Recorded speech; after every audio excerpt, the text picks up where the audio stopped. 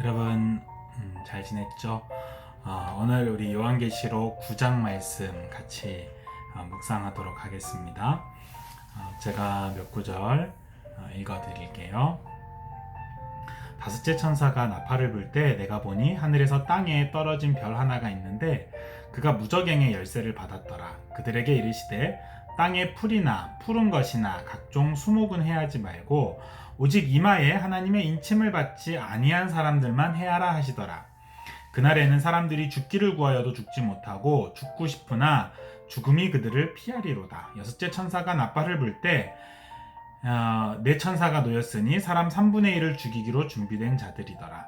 자기들의 입에서 나오는 불과 연기와 유황으로 말미암아 사람 3분의 1이 죽임을 당하니라.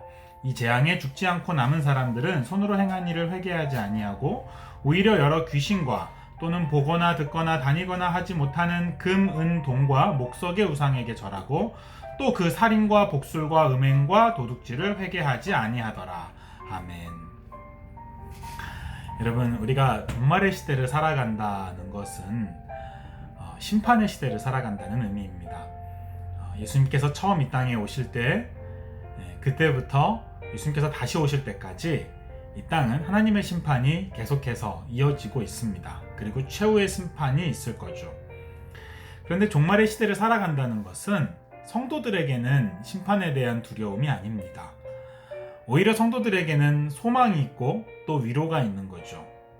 때로는 하나님께서 교회를 책망하기도 하시지만 하나님은 교회를 사랑하시기 때문에 심판 가운데 교회를 내버려 두시지 않으시죠.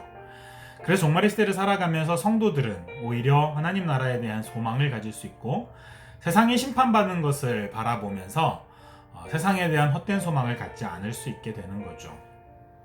요한계시록 9장은 불신자들을 대상으로 하는 하나님의 심판이 기록되어 있습니다.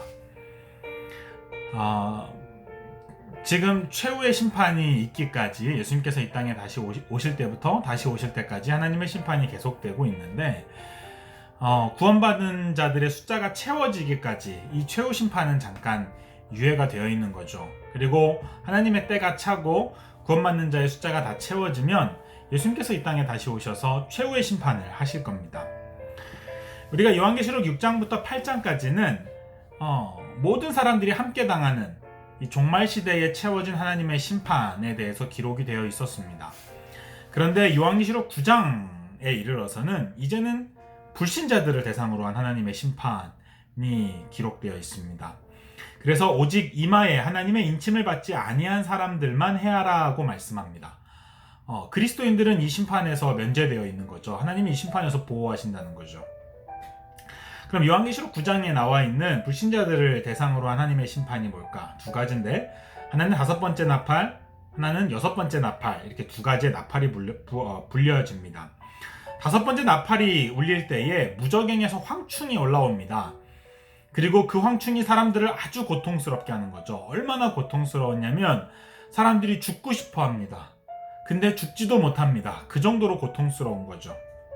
그리고 6번째 나팔이 울릴 때에는 2만 만의 마병대가 등장하여서 사람의 3분의 1이 죽습니다.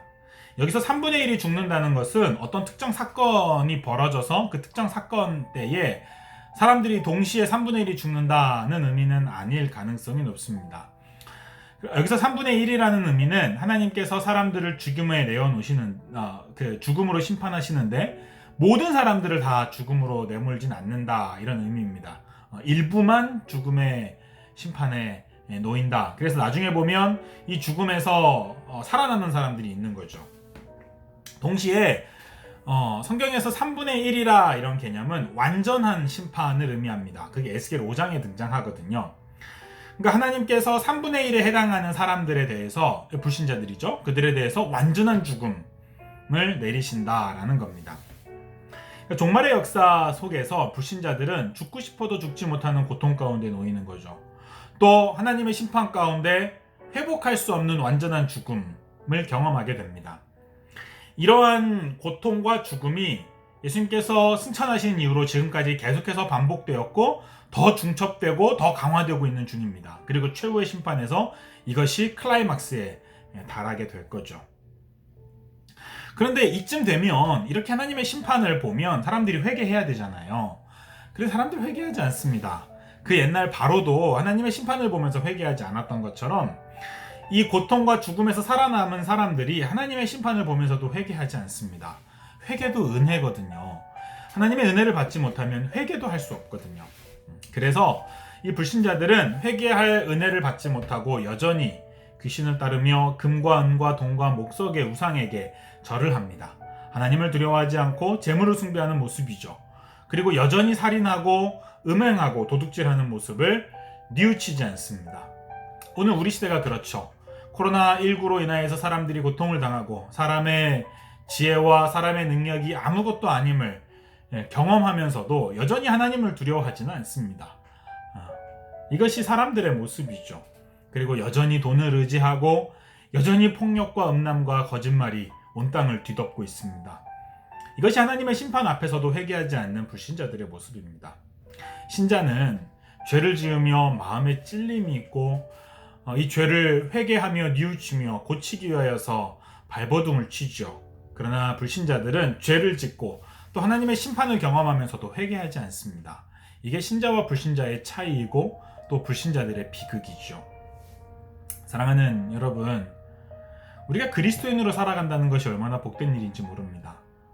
우리가 이 죄 가운데 가득 찬 세상을 살아가면서 여러 가지 죄로 인한 파괴와 고통을 경험하지만 요한계시록 9장이 우리에게 보여주는 이 고통과 죽음의 심판은 우리 신자들에게는 하나님께서 내리시지 않습니다. 오직 불신자들에게만 내리시는 심판이죠.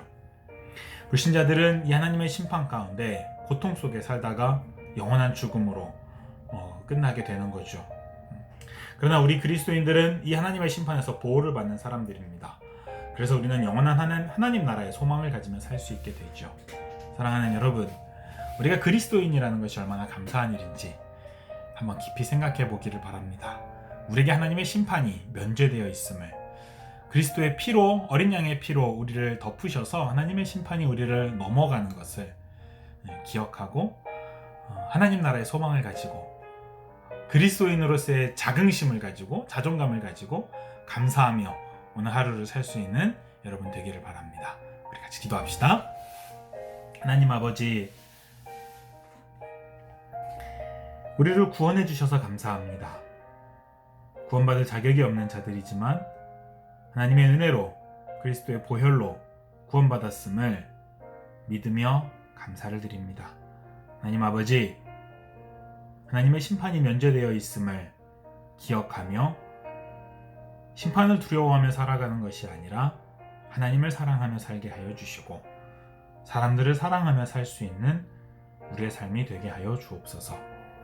오늘도 그리스도인임을 감사하며 감격하며 살게 하여 주옵소서. 이 세상의 화려함, 또 이 세상의 성공과 부귀 영화를 부러워하지 않게 하여 주시고 하나님의 고통과 하나님의 죽음이라는 심판에 놓여 있는 세상을 따르지 않도록 우리에게 분별력과 지혜를 허락하여 주옵소서. 하나님을 두려워하며 하나님 사랑할 수 있는 참된 그리스도인들 될 수 있도록 은혜를 허락하여 주옵소서. 오늘도 우리와 함께하여 주시기를 원합니다. 거룩하신 우리 주 예수님의 이름으로 기도합니다.